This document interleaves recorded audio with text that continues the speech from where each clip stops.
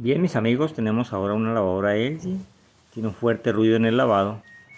Vamos a ponerla a funcionar y vamos a determinar qué se debe hacer.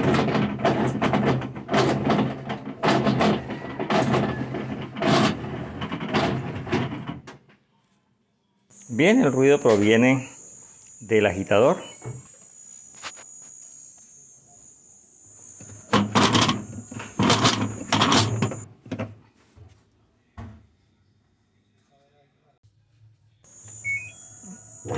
Bien, aquí vemos claramente que el eje de la transmisión está torcido. En este caso, esta transmisión está en muy mal estado y necesitamos reemplazarla.